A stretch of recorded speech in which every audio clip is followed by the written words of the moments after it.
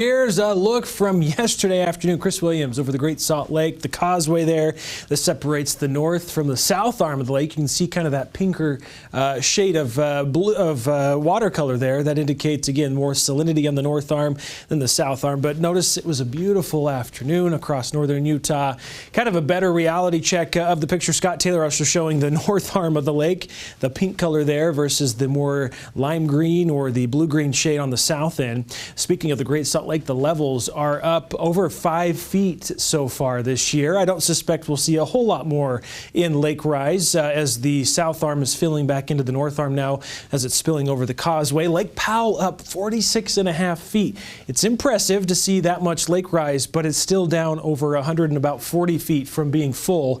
So there's still a long ways to go. Still only as far as about 30% full as far as its overall capacity. So great news with the spring runoff. It's been a huge help with our drought conditions across the state. Snowpack levels. This is a look at Alta. The base depth still showing 102 inches of snow up at the mountain areas. The higher elevations for some of our ski resorts. Statewide, we're down to 2.3 inches of snow water equivalent.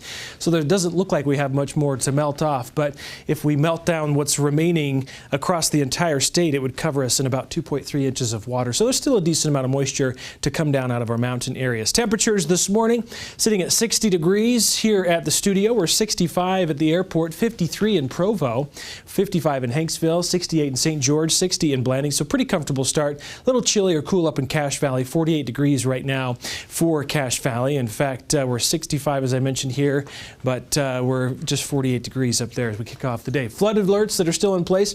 Still have streams and rivers that are rocking and rolling with some of the runoff that we are seeing. The Bear River, the only river under a flood warning below Woodruff Narrows. The flood advisories have been expanded, so the Severe River no longer under a flood warning, but it has dropped to a flood advisory for areas in southwest Utah where the river runs through, so it affects several counties right now. Kane County, portions of Garfield County, Logan River near Logan again, seeing flood conditions, minor flood stage in some areas along the river for now. Weather advisories, calm conditions overall this morning. We have isolated showers and thunderstorms throughout the afternoon, mainly over the higher terrain, but could see some of those drift into the valleys.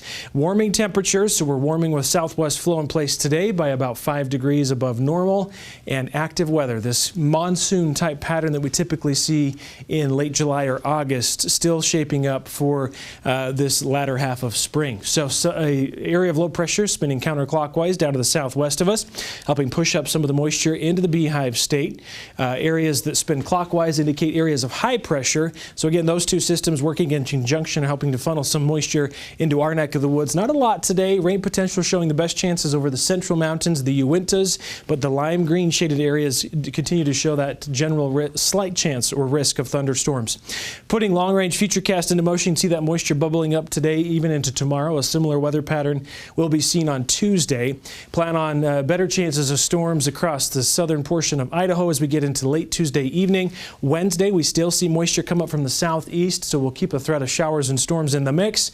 And by Friday, southerly flow, yep, no big changes. I think we'll see less of a threat as there's not as much moisture in place Friday, Saturday, but generally active weather is going to stick around throughout much of the state this week. So mid-80s today. Normal highs 80 degrees for Salt Lake City, showers and storms 82 in Vernal, Price 81 for your high, along with Cedar City. We'll see 95 in St. George, Lake Powell about 90 degrees for your high on this Monday afternoon. We'll call it partly cloudy for St. George today, tomorrow. Mid-90s are expected, just a slight chance of a storm. Windy conditions are expected as well.